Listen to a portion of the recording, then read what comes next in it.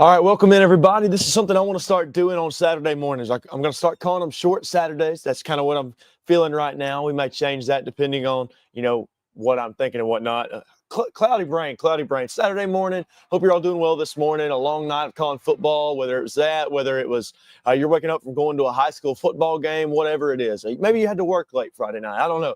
Whatever it is, hope you're having a good morning. And this morning, I want to kind of dive in. I want to talk a little bit about some of my picks for today, okay? So I want to start going live on Saturday mornings, and I want to start introducing my picks that way instead of just putting it out on Facebook like that. I want to introduce it to you guys this way. I know I did make a few picks Thursday night on a live show, the Hayden Coker Show, presented to you by Senator Lance Bell.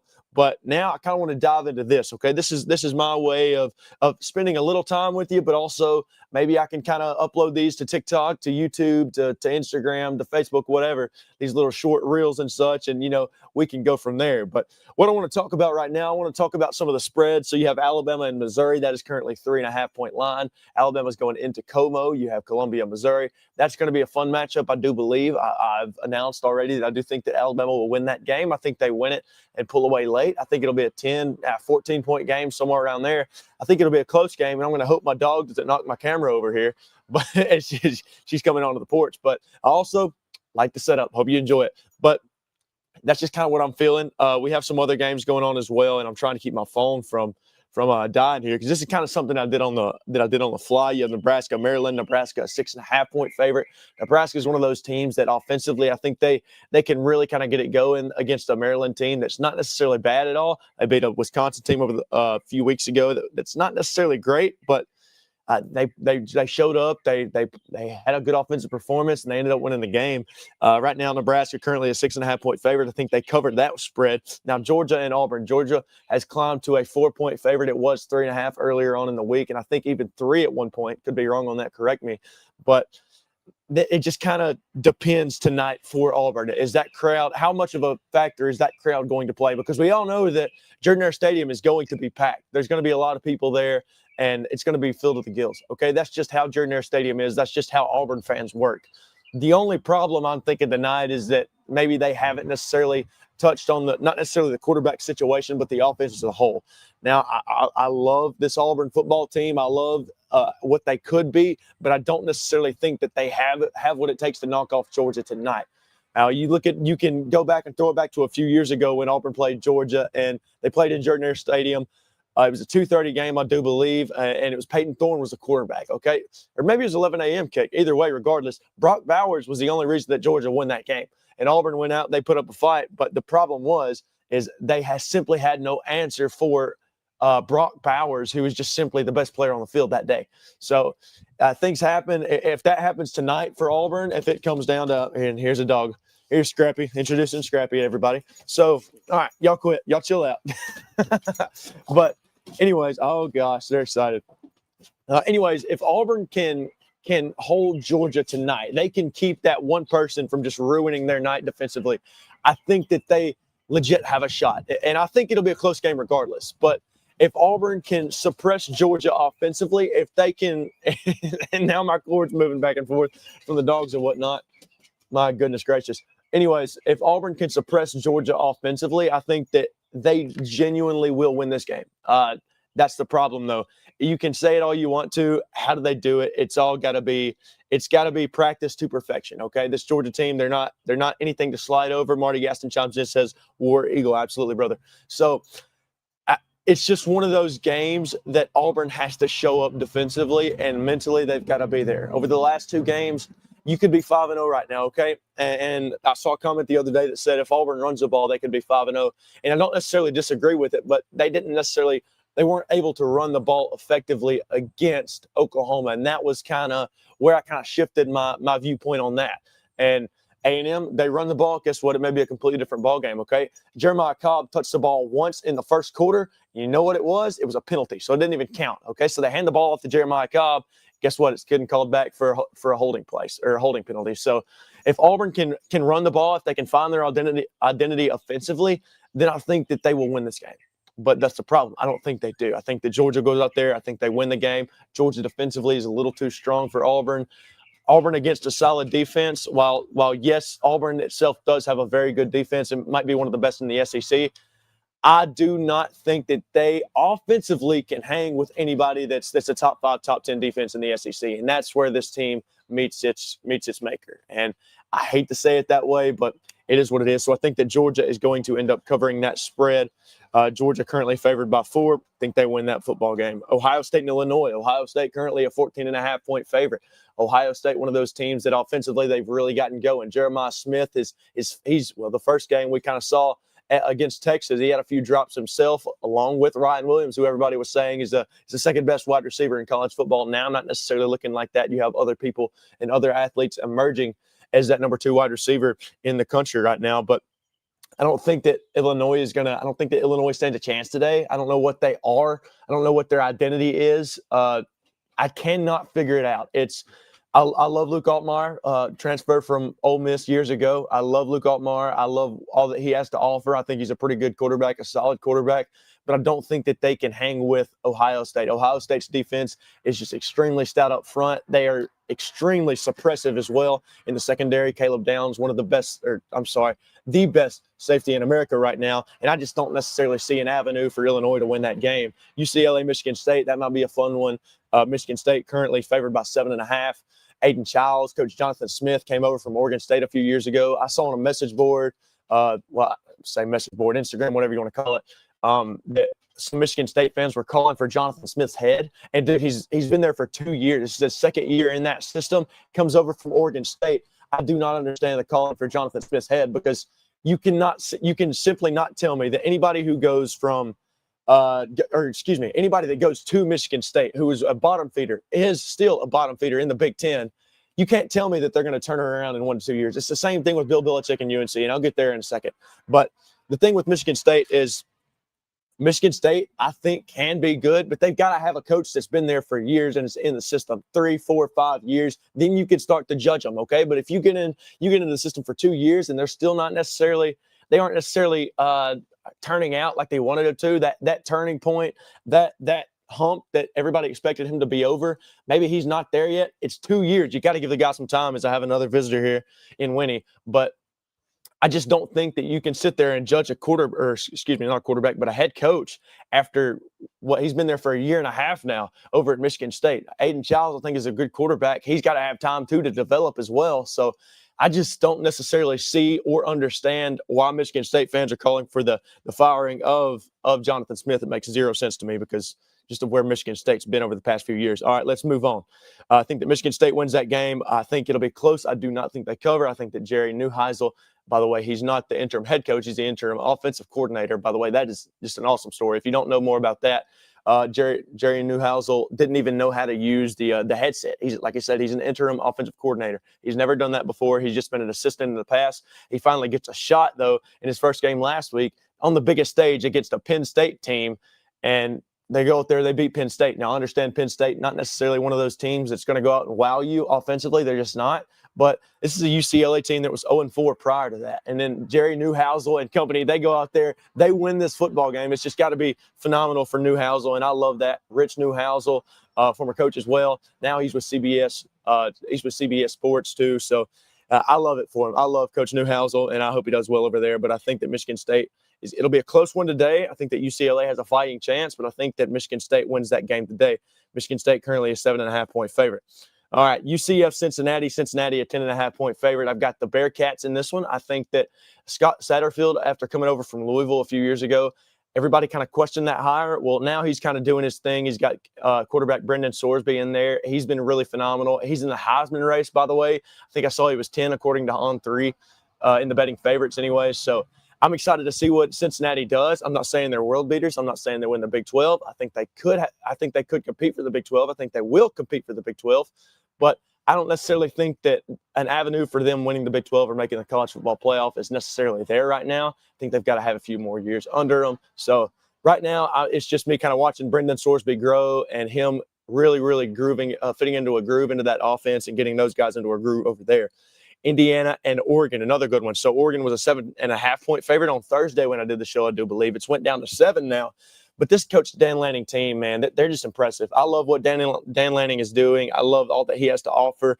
I think that Dan Lanning is probably one of the best coaches in college football right now. I think he's got that fire, he's got that moxie to him that it just kind of carries. He's just got that certain charisma that carries over to his team, and I think he instills a fire under this Oregon Ducks football team like no other. Curt Cignetti, you could say the same thing about him. He does the same thing for this Indiana Hoosiers team. Both of these guys are saving disciples. So I really appreciate all that Dan Lanning is doing. I appreciate all that Curt Cignetti is doing. But today I think that being in Austin Stadium, and I think that with where Oregon is as a whole right now, I think they're a little bit better of a football team offensively and defensively. So I'm going to take Oregon, but don't sleep on Fernando Mendoza and this Indiana offense. I think they could put up some points as well. But I will take Oregon to win outright in this game. Like I said, a 7.5-point favorite. I think they win outright. Now, fantasy football.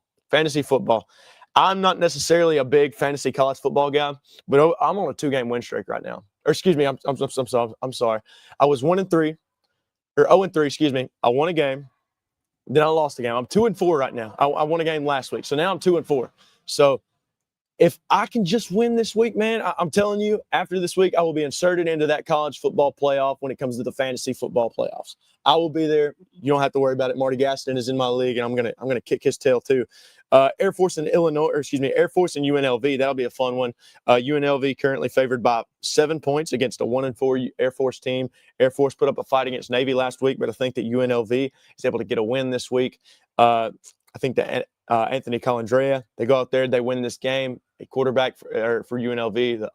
By the way, I love their old school logo, the cow under the hat, my favorite of all time. I don't know why they retired it, but anyways, I think that UNLV wins that one there. Old Dominion Marshall. Old Dominion, one of the better group of 5 teams. I think they have a shot to make the playoffs this year. They're 4-1 right now with their only loss coming to, guess who? The Indiana Hoosiers. Indiana, obviously a top 10 team right now. They lost by, I think it was 27-14. So Old Dominion and Marshall, that'll be a fun game today, but I've got ODU in that one taken.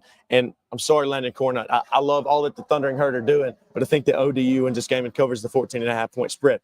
Let's see here. Arkansas, Tennessee. This is a fun one, okay? Arkansas, Tennessee. Arkansas currently a 10-point dog. I think that Arkansas has a legit chance to go out there and win this game. It is in Knoxville, so the crowd is going to be hyped. Okay, Bobby Petrino is going to be riding in on his motorcycle into Knoxville. I think they have a legit shot. Taylor Green, one of the best quarterbacks in the SEC. Despite what others say about this Arkansas defense, Taylor Green is the bright spot of that Arkansas football team. They have a legit shot, but Tennessee's defense, I think, is just going to be too feisty. They end up forcing a couple turnovers. Taylor Green, while he's not afraid to sling it, that's the problem. He's not afraid to sling it around, okay? So it can be an issue sometimes. Sometimes it's not an issue. Some people or some quarterbacks out there, they have this mentality that they're not scared to, go out there and turn it over. And Taylor Green is not scared to go out there and turn it over. And I think that might be the demise of Arkansas today.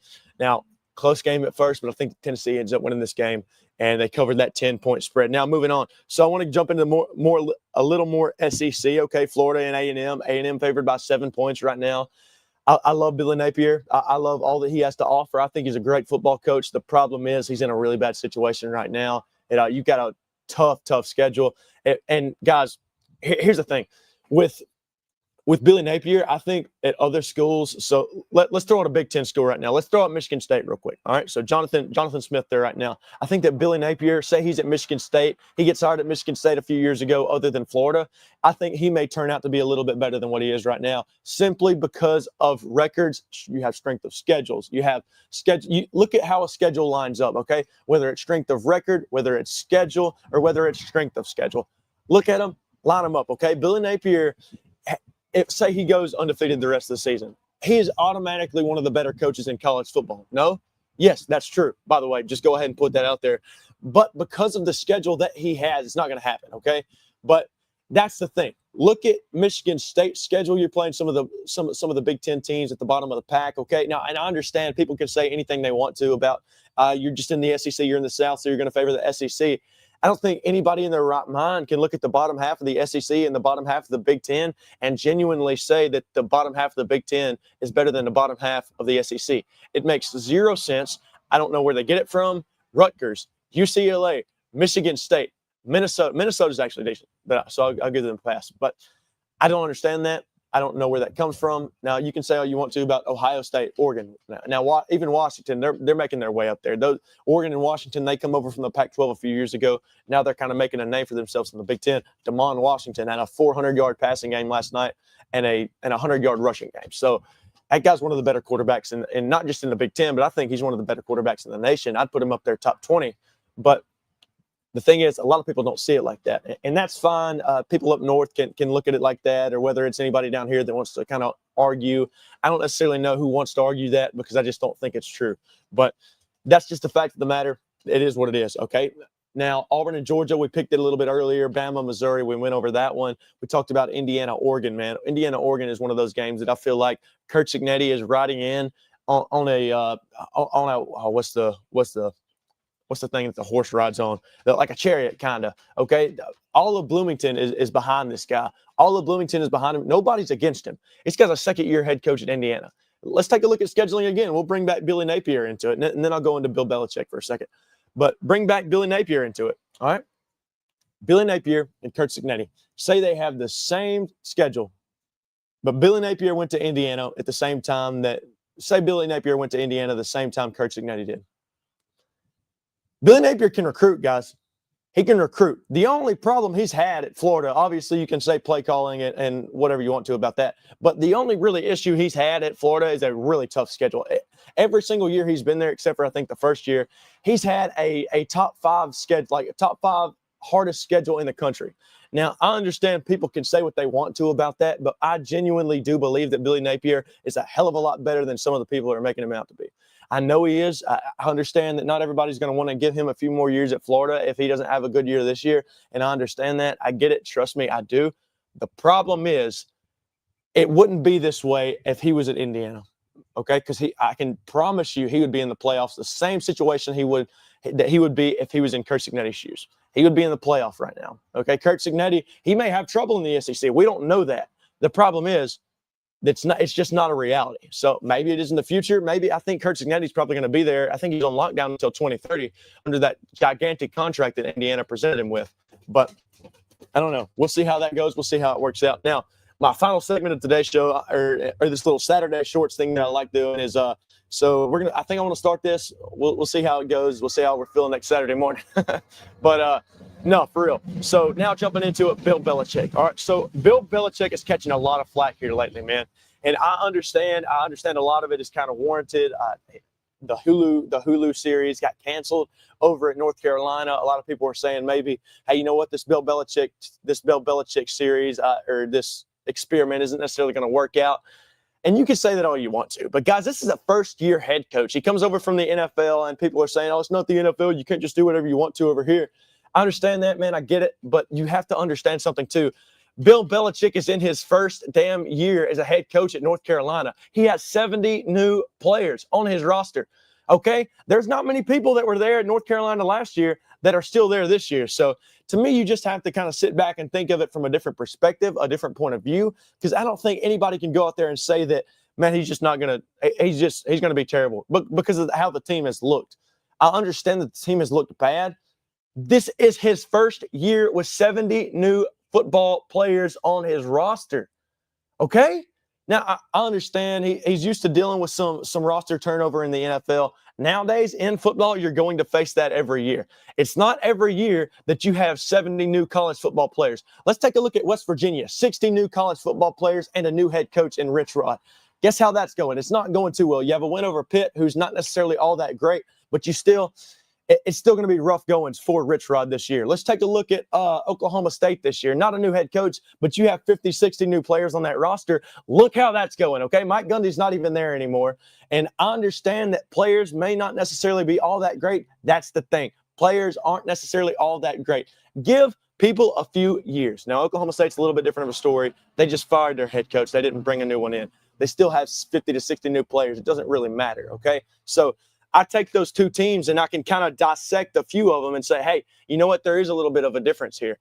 Look at Bill Belichick, first year head coach, 70 new players on the roster. Rich Rod, first year head coach, 60 new players on the roster. Throw Mike Gundy and them out of it, whatever you want to do, okay? It's still, all those new players on the roster are not going to equate to a college football playoff appearance in a year. It just doesn't happen. It just doesn't equate. It's not compatible. That's not how that works.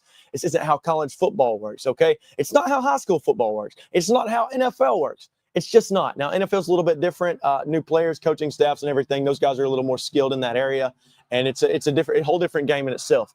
But to me, I just think you really have to sit back and kind of digest it, and you can't necessarily say that Bill Belichick is. And I'm not saying that this year's a success at all, but I do think that you got to give him a few years to instill his football way into that culture, guys. Kirk Herbstreit said it himself on ESPN College Game Day this morning. And this is kind of what made me want to bring it up and do this today. So they have players, they have recruits that are by the way, that are still into that program. They aren't leaving, they aren't decommitting because they're having a bad year.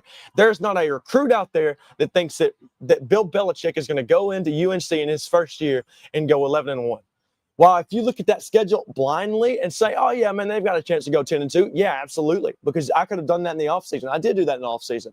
I looked at it and I said, man, schedule-wise, they could go 10-2. But if you dive deeper into it, you look at the roster breakdown, all the turnover and everything, it's just not going to happen. It's just not possible. Now, North Carolina, say whatever you want to about the product on the field. I understand. I get that. But at the end of the day, guys, it is what it is, and it's not going to change anything. But what I do kind of think that people need to understand is that North Carolina was not going to be built in a day. Rome was not built in a day. Chapel Hill is not going to be built in a day. It's going to take a little time. It's going to take a few years. And anybody that's calling for Bill Belichick's head right now, based off a few games, is stupid. I just don't understand that. Not stupid, sorry. That is a stupid mindset to have. For one, because like I said, it is his first freaking year. Give the guy a little slack. He's a new coach. He's bringing his whole new staff in. Okay, so I don't know. To me, I think you got to actually sit back and look at it from a different point of view. It's 10:04 a.m. I'm going to go ahead and end this here. I hope you guys enjoyed this. Give me a little feedback on it. If y'all genuinely like it, you know what? We'll do this every Saturday morning. So I appreciate you guys tuning in. You had the live show every Thursday night presented to you by Senator Lance Bell. You also have Steel 174, another great sponsor out there. Big shout out to Buffalo Wild Wings in Pell City for letting us do that. You can go over to see Shelby Dunaway at Studio on First in Pell City. Fantastic at cutting hair as well. So, guys, thank you. I appreciate it. Y'all have a good one. I'll see y'all next time. I'll see you Thursday, and I'll have my Power 12 released in the morning. I appreciate you. Y'all have a